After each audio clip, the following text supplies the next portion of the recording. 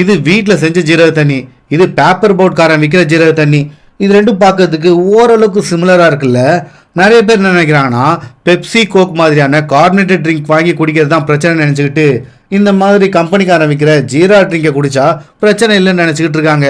ஆனால் இதுவும் பிரச்சனை தான். ஏன்னா இவங்களோட இன்க்ரீடியன்ஸை பார்த்தா நீங்களே ஷாக் ஆகிடுவீங்க.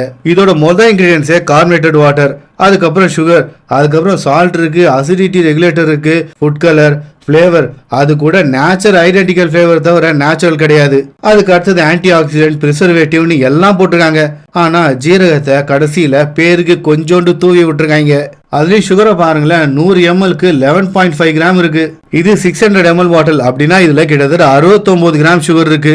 அதாவது கிட்டத்தட்ட 17 டீஸ்பூன் சுகர் இதுல இருக்கு. பார்க்கறதுக்கு ரெண்டு ஓரளவுக்கு சிமிலரா இருக்குல்ல. இது நேச்சுரல் சுடு தண்ணியில ஜீரகத்தை போட்டு கொதிக்க வச்சது. ஆனா இது இருக்குல்ல ஃபுல் அண்ட் ஃபுல் கெமிக்கல் தான். ஏன்னா லிஸ்டே அவ்வளோ பெருசா இருக்கு. பேருக்கு முன்னாடி ஜீரான்னு பெருசா போட்டதுனால இதுல பேருக்கு, அதாவது நாம்கே வாஸ்தே லைட்டா இதுல ஜீரகத்தை போட்டுருக்காங்க போல. மற்றபடி இதுல எல்லாமே கெமிக்கல் தான். ஸோ மற்ற கூல்ட்ரிங்க்ஸை குடிக்கிறத விட இதை குடிக்கிறது தான் நல்லது அப்படின்னு நீங்க நினைச்சு இதை குடிச்சிட்டு இருந்தீங்கன்னா சாரி, நீங்க ஏமாந்துட்டீங்க.